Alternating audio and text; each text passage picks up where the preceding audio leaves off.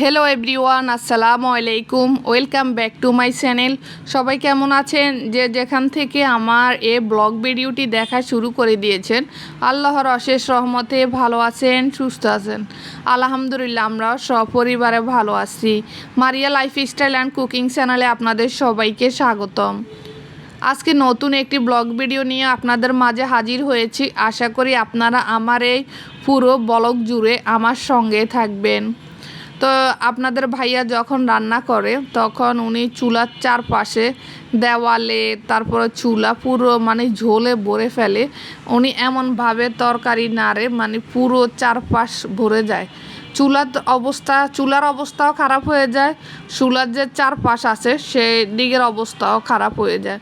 তো উনি তো ওনার মতো রান্না করে, আমার মতো পরিষ্কার রাখতে হবে। তো যতই এর দেওয়ালগুলো আমি পরিষ্কার করি না কেন, কিন্তু যে হলুদ যে বাফটা ওটা দাগটা থেকে যায়। তো আমি চুলা ভালো করে পরিষ্কার করতে পারি, চুলার চারপাশও পারি, কিন্তু দেওয়ালের এই হলুদ দাগটা যেতে চায় না। তো কি করব, পুরুষ মানুষ তো রান্না এমনই হবে।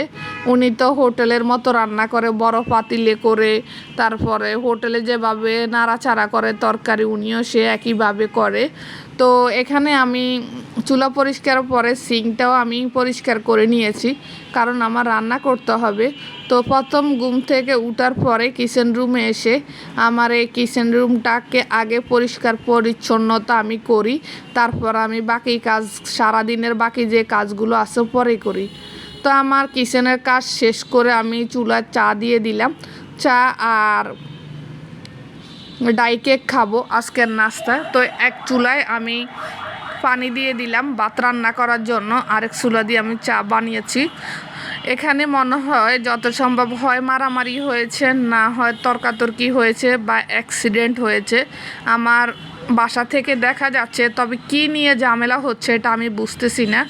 দেখেন, বর্তমানে অটো এত খারাপ, অটো রিক্সা প্রচুর মারামারি করে, ধাক্কাধাক্কি করে। আমি যে রান্না করি, আমি রান্না করতে করতে আমি এগুলো দেখি, কারণ আমার বাসাটা তো মেন রোডে পাশে, আপনারা দেখছেন। তো আমি দেখতেছি এখানে কী নিয়ে ঝামেলা হচ্ছে।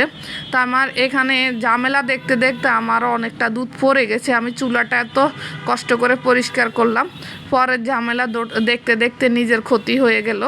তো এখানে আমি দুধটা যখন আমার 2-3টা বলক হয়ে গেছে, তখন আমি এখানে চা পাতা, চিনি, সামান্য লবণ দিয়েছি। এবারে চা পাতাটা বেশি একটা ভালো পড়েনি, মির্জাপুর চা পাতা এনেছি, তারপরেও কেন জানি চাটা এবার ভালো লাগতেছে না, মনের মতো হয় না। তো প্যাকেট আর অল্প একটু আছে, শেষ হয়ে গেছে। আগের মতো এখন আর চা খাই না, কারণ আমাকে ডাক্তার মানা করে দিয়েছে যে চা কফি এগুলো না খাওয়ার জন্য। তো মাঝে মধ্যে একটু খাই, আমরা হচ্ছে চা লাভার, আমরা তো চা খেতে মন চাই, কিন্তু আপনাদের ভাই এখন বাসার চা খাওয়া কমিয়ে দিয়েছে, কারণ আমি যে খাবো এই জন্য। আর আমার মা তো একেবারে এখন আর আগের মতো চা খায় না, তো এই জন্য মাঝে মধ্যে চা করি, তো সেই সাথে আমি একটু খাই। তো নাস্তা শেষ করে চলে আসছি বরাবর রান্না করার জন্য।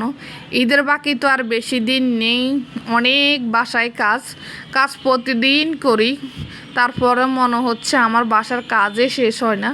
আমার মতো এমন কে কে আছেন আমাদের মতো মা মেয়ে দুইজন গাদার মতো খাটি সকাল থেকে রাত পর্যন্ত, তারপরও বাসায় একের পর এক কাজ জমিয়ে থাকে। তো এখানে আমি মাছের পেটি নিয়েছি, মাছের পেটিগুলো ভুনা করব। তা আগে আমি একটু ভাজি করে নিয়েছি হালকা। মাছের পেটি হলে আমার আব্বার আবার এই মাছের পেটিগুলো খুব পছন্দ করে, অন্য কোনো মাছ উনি খায় না, কিন্তু মাছের এই পেটি যদি একটু ছোট ছোট টুকরা করে ভাজি করে বুনা করে দিই, তাহলে কিন্তু উনি অনেক পছন্দ করে খায়। আর তাছাড়া যে গরম পড়ছে কি খাবে বলেন, এত পরিমাণ গরম। আমার বাসার মনে হচ্ছে ফ্যান যদি, এসিও যদি লাগানো হয় তারপরও ঠান্ডা হবে না, বাইরের যে বাতাস, বাইরের যে গরমটা টানতেছে আমার বাসায়, এজন্য প্রচুর গরম লাগে। রান্না এজন্য একটু সকালবেলায় শুরু করে দিয়ে দিই, কারণ প্রচুর গরম, থাকতে পারি না। তো এখানে আপনারা যদি আমার চ্যানেলে নতুন হয়ে থাকেন, প্লিজ চ্যানেলটি সাবস্ক্রাইব করে বেল বাটনটি অন করে দিবেন। আমার ভিডিওর কোনো অংশ যদি আপনাদের ভালো লেগে থাকে তাহলে একটি লাইক দিতে পারেন। আর আপনারা যারা ফেসবুক পেজ থেকে আমার এই ভিডিওটি দেখবেন তারা পেজটি ফলো দিয়ে লাইক দিবেন।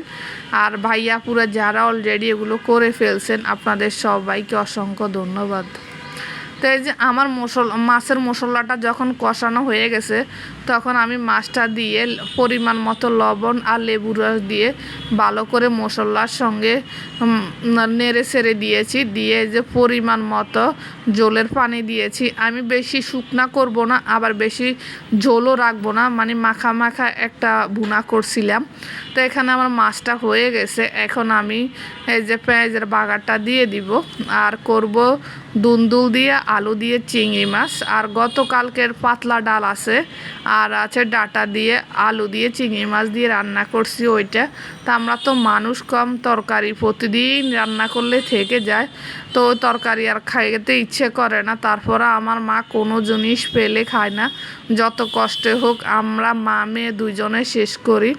তা আগে প্রথম কি করব, গতকালকে যা ছিল সেগুলো খাবো আর আজকে যেগুলো আছে এগুলো পরে শুরু করব।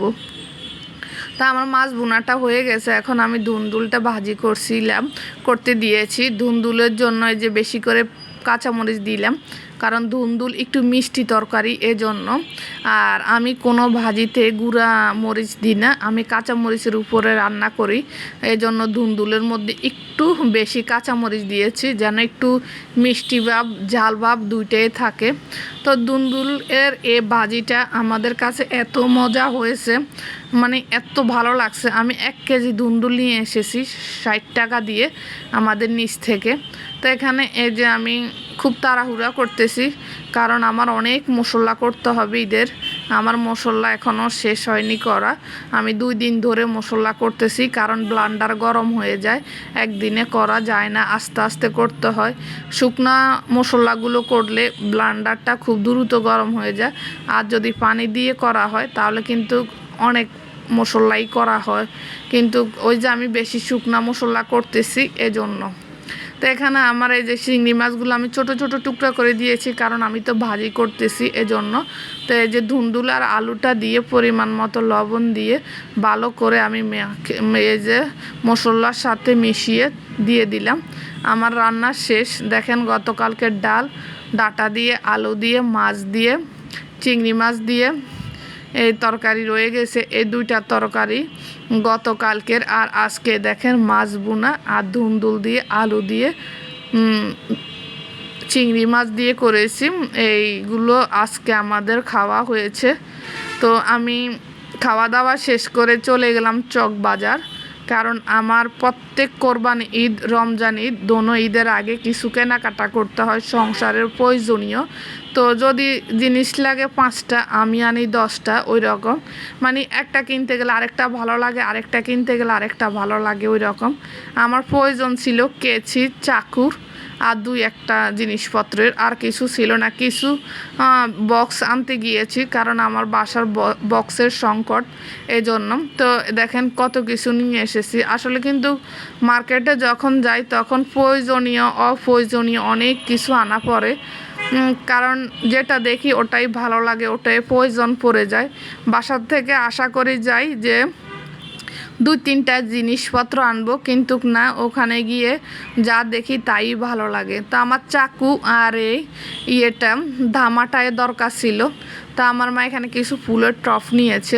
ফুলের টপগুলো দেখতে যেমন সুন্দর লাগছে, কালারটাও মানে সুন্দর, আমার টেবিলে উপরে দেওয়ার জন্য বিভিন্ন জায়গার মধ্যে।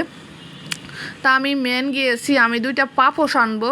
আর এই যে ফ্রিজে আমার তরকারি রাখার জন্য বক্সগুলো পুরাতন হয়ে গেছে, তো আমি কিছু বক্স আনবো ঢাকনা সহকারে। তা আমি এই বক্সের সেটটা এনেছি, আর এই বক্সটা এনেছি লালে 2টা বক্স এনেছি সাবান, শ্যাম্পু আর আমার আব্বার ওষুধ রাখার জন্য। এই প্রয়োজনীয় জিনিসপত্র এগুলো আনার জন্য গিয়েছি। পরে আমার মার অনেক কিছু পছন্দ হয়ে গেছে।